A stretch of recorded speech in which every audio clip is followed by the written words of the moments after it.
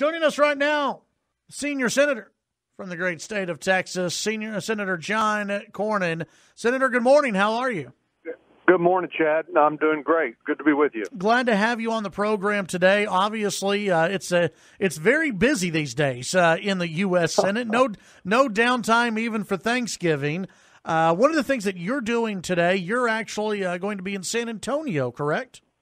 Yes, I'm almost there. We're driving from Austin to San Antonio, but we'll hold a field hearing for the Senate Finance Committee that I'm on, and the subject will be the North American Free Trade Agreement, which, as you know, is 23 years old and is being renegotiated by Canadian, Mexican, and U.S. negotiators. And we're going to be hearing from a number of stakeholders about what the impact on the Texas economy has been and will be, and looking forward to that.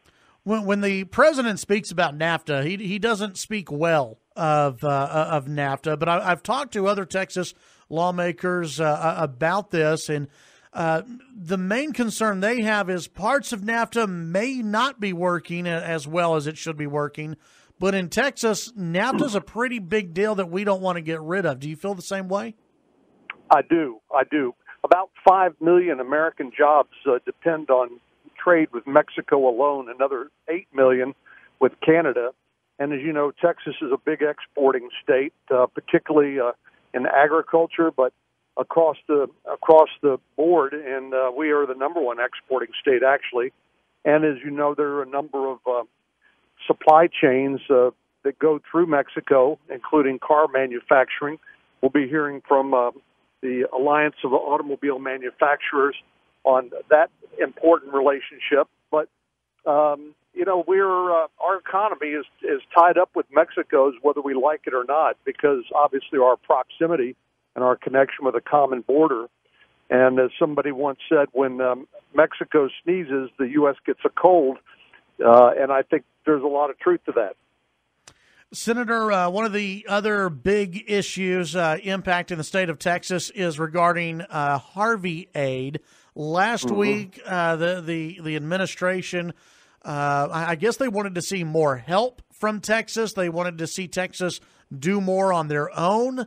It seems like there's a little bit of some back and forth there between the administration and the state. Can you kind of take us where we're at right now with Harvey aid and what the White House wants from the state of Texas? Well, Chad, we've been working with the administration on Harvey aid, and there have been one substantial supplemental appropriation of roughly $15 billion to help. But we are estimating, the governor estimates, that the losses to Texas could be in excess of $100 billion. And we are asking to be treated the same as the Northeast states were during the following Hurricane Sandy, or Superstorm Sandy, I think they called it, and Hurricane Katrina. And while the thing I'm most proud of when it comes to Texas is seeing Texans help one another and not waiting for the federal government, and certainly Governor Abbott did a great job along with the local leaders at the county and city level.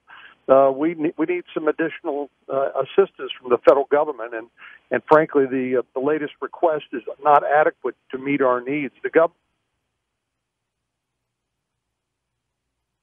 The latest bill or request from the Office of Management and Budget falls far short of that. Plus, we'd have to share it with Florida, Virgin Islands, and Puerto Rico as well. So that continues to be an item of contention. Is there going to be a fight between Texas and the administration? The administration, Sarah Huckabee Sanders telling reporters last week, we feel strongly that they should step up and play a role and work with the federal government in this process, and that Texas has not put any state dollars into this process. It seems like they're wanting Texas to add more. Well, I don't think that's accurate. Texas, both at the state and local level, have put tremendous resources into the recovery effort, but the federal government is not stepping up the way it should. And while we're not looking for a fight, we won't run away from a fight with the federal government if they don't treat Texas at least as well as they treated other states following similar natural disasters. Senator, the House last week passed out their version of the tax reform bill. I know the Senate version looks a little bit different. What are some of the key differences maybe between the two bills, and what are some of the key highlights in the Senate bill as far as you're concerned? Well, in the Senate bill, for example, we have repealed the individual Obamacare mandate, which will save, according to the Congressional Budget Office, more than $300 billion to the federal government. And we're using that money to buy down the rates for individuals and businesses in a way that I think will make this, number one, ensure that we're able to give every taxpayer a reduction in their federal tax liability, as well as get the economy growing again. We're also, and this is a common item, we're lowering the business tax rate for multinational corporations. The reason why that's important to you and me and average Texans is that it's going to cause a whole lot of money to come back from overseas and be invested in jobs and wages here in the United States. One area where there's a difference as well is in the deduction for state and local taxes. The House has a deduction for state property taxes, which, frankly, it looks pretty attractive to me. But I don't want Texans to have to subsidize folks in New York and California that have high state and local taxes, which is what we do when we give them 100% deduction for those local and state taxes. So I think we're making good progress. The Senate voted our bill out of the Finance Committee that I sit on Thursday, and it'll go to the floor and pass the week after Thanksgiving. What does it do for the small business owner in particular? Well, it reduces their rates. If they're a individual, if they're a corporation of any size, it reduces their rate from 35% to 20%. And if you're a so-called pass-through, your pass-through income will be taxed. That's the business income you pay on an individual tax return will be reduced to 25%. The reason why they're close but they're not the same is because there's double taxation of corporations because, of course, the dividends that are paid to shareholders are taxed as well. So we are trying to work out those differences to treat everybody fairly, but we're mainly interested in awakening this slumbering giant of an economy and growing wages, more take-home pay, and making us more competitive globally.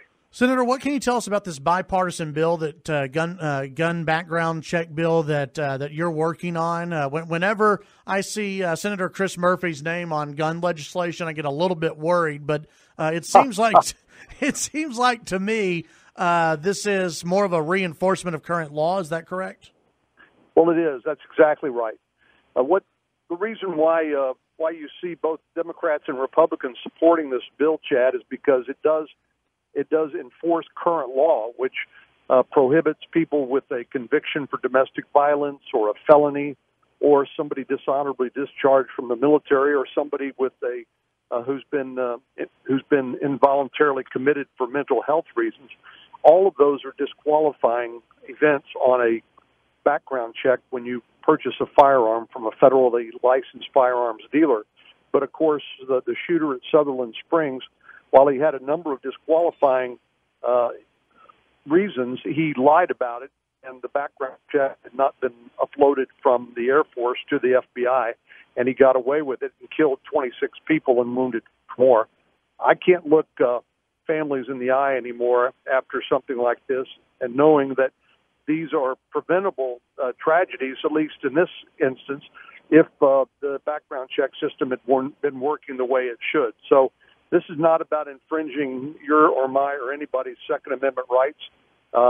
This has been endorsed by people across the board, including the National Rifle Association. So you can bet that this is really just a reinforcement of existing law. But before I let you go, as you know, 2 U.S. Border Patrol agents were attacked over the weekend here in Texas near the border. One of them was killed. I just wanted to get your thoughts on that situation. Well, of course, it's a tragedy anytime our law enforcement officials are targeted and injured or killed, and we certainly take this very, very seriously.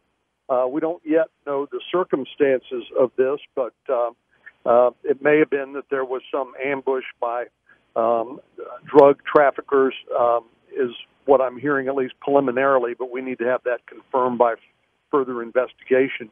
But being a border patrolman, like being a law enforcement officer, can be dangerous work, and we need to give them all the support we can, and need to get to the bottom of this and hold the people responsible, hold them accountable.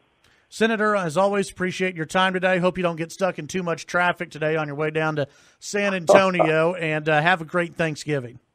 Thanks, Chad. You too. Bye-bye. That's U.S. Senator John Cornyn.